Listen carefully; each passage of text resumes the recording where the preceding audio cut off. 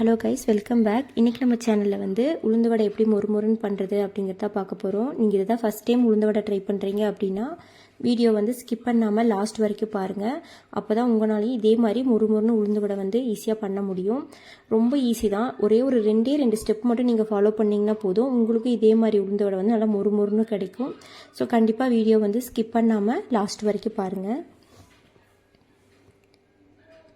நான் இன்றைக்கி வந்து கொஞ்சமாக தான் உளுந்து எடுத்திருக்கேன். உளுந்தை வந்து நல்லா 2-3 டைம் கழுவிட்டு ஒரு அரை மணி நேரம் ஊற வச்சுருங்க. நீங்கள் மார்னிங் வந்து இட்லியோடு நீங்கள் வடை செய்கிறீங்க அப்படின்னா எல்லா ப்ராசஸும் ஸ்டார்ட் பண்ணுறதுக்கு முன்னாடி நீங்கள் இந்த மாதிரி உளுந்தை வந்து ஒரு அரை மணி நேரம் வந்து நீங்கள் ஊற வச்சுருங்க. பாருங்கள், இந்த மாதிரி நிறைய தண்ணி ஊற்றி ஊற வைங்க. அப்போ தான் சீக்கிரமாக உளுந்து வந்து ஊறும். ரொம்ப ஈஸி தான். நமக்கு வேலையும் பார்த்திங்கன்னா ரொம்ப ஈஸியாக முடிஞ்சிரும். நம்ம இன்றைக்கி மிக்ஸி ஜாரில் தான் பண்ண போகிறோம். பாருங்கள், அரை மணி நேரம் ஆச்சு. உளுந்து நல்லா ஊறிடுச்சு. 2 வெங்காயம் வந்து நல்லா பொடி பொடியாக கட் பண்ணி வச்சுருக்கேன். கூட வந்து கொஞ்சம் கருவேப்பிலை எடுத்து வச்சுருக்கேன். உளுந்தை வந்து நல்லா வடிகட்டிட்டு நீங்கள் இந்த மாதிரி மிக்ஸி ஜாரில் வந்து ஆட் பண்ணிக்கோங்க. கிரைண்டரில் போட்டு பண்ணணுன்னே இல்லை, நம்ம மிக்ஸி ஜார்லேயே வந்து ரொம்ப சீக்கிரமாக அடிச்செடுத்து நல்லா முறுமுறுன்னு பண்ணலாம். பாருங்கள், இந்த மாதிரி மிக்ஸி ஜாரில் வந்து ஆட் பண்ணிக்கோங்க. ஆட் பண்ணிவிட்டு இப்போ இது கூட வந்து தண்ணி எதுவும் ஊற்றக்கூடாது. கொஞ்சமாக உப்பு சேர்த்துக்கோங்க. கொஞ்சமாக உப்பு சேர்த்து ஃபஸ்ட்டு வந்து கொரகொரப்பாக கொஞ்சமாக அடிச்சுக்கோங்க. மெயினாக ஃபஸ்ட்டு ஸ்டெப் இது தான். தண்ணி வந்து ஊற்றி அடிச்சிடக்கூடாது. மாவு நமக்கு நல்லா கெட்டியாக தான் கிடைக்கணும். நீங்கள் அதனால் தண்ணி வந்து ரொம்ப அளவாக தான் ஊற்றணும். பாருங்கள், இந்த மாதிரி ஒரு அடி அடிச்சுட்டு சைடில் இருக்கிறதெல்லாம் கொஞ்சம் எடுத்து விட்டுருங்க. இந்த மாதிரி ஒரு ஸ்பூன் வச்சு எடுத்து விட்டுட்டு இப்போ என்ன பண்ணுங்கன்னா ஒரு 3 டேபிள் ஸ்பூன் அளவு தண்ணி, ரொம்ப தண்ணி விட்டுறாதீங்க. ஒரு 3 டேபிள் ஸ்பூன் அளவு தண்ணி மட்டும் நீங்கள் இப்போ இதில் கொஞ்சம் சேர்த்திக்கோங்க. பாருங்கள், நான் எவ்வளோ கம்மியாக தண்ணி சேர்த்துறேன்னு பாருங்கள். இவ்வளோதான். இவ்வளோ தண்ணி மட்டும் சேர்த்திட்டு திருப்பியும் நீங்கள் வந்து ஒரு 2 நிமிஷம் நல்லா வந்து உளுந்து அடிச்சுக்கோங்க.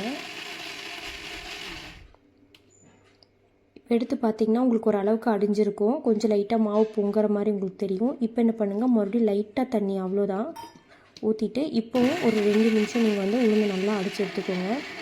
நீங்கள் தண்ணி வந்து அதிகமாக சேர்த்திட்டிங்கன்னா உளுந்து வடை சுத்தமாக வராது. இந்த அளவு தண்ணி சேர்த்திங்கன்னா மட்டும்தான் பாருங்கள், மாவு பாருங்கள் எவ்வளோ கெட்டியாக எல்லா உளுந்துமே அரைஞ்சிருக்குன்னு. ஸோ தண்ணி மட்டும் கரெக்டாக நான் சொன்ன அளவுலேயே சேர்த்துக்கோங்க. இது ஒரு பாத்திரத்தில் தனியாக எடுத்து வச்சுட்டு நம்ம கட் பண்ணி வச்சுருக்க வெங்காயத்தை சேர்த்திக்கலாம். இது கூட வந்து நீங்கள் குருமிளகு, பச்சை மிளகா கூட சேர்த்துலாம். ஆனால் இன்றைக்கி வந்து எங்கள் வீட்டில் அதெல்லாம் போட்டால் யாருக்குமே சாப்பிட பிடிக்க மாட்டேங்குது. அதனால் நான் வெறும் வெங்காயம் கருவேப்பிலை மட்டும் சேர்த்திக்கிறேன்.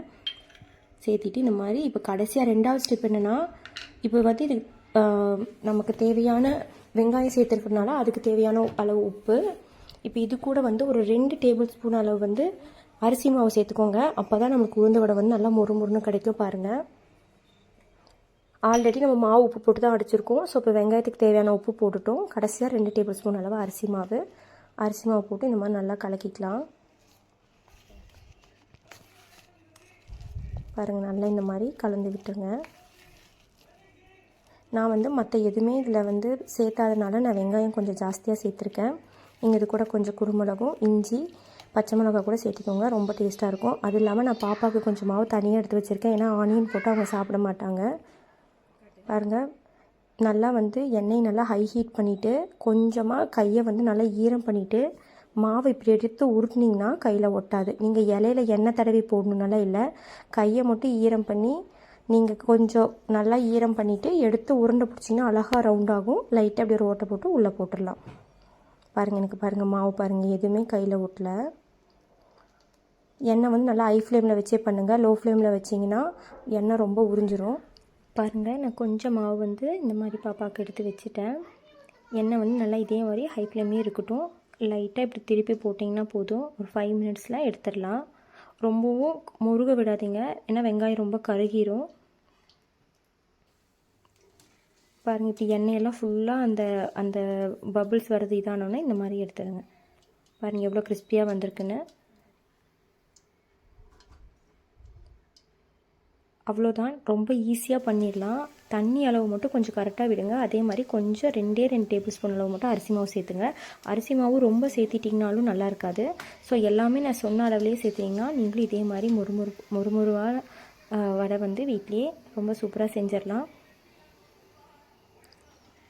ஸோ கண்டிப்பாக வந்து இதே மாதிரி நீங்கள் வீட்டில் ட்ரை பண்ணி பாருங்கள். இது கூட வந்து நீங்கள் கொஞ்சமாக தேங்காய் சட்னி வச்சு சாப்பிட்டு பார்த்தீங்கன்னா இன்னுமே டேஸ்ட் வந்து ரொம்ப சூப்பராக இருக்கும்.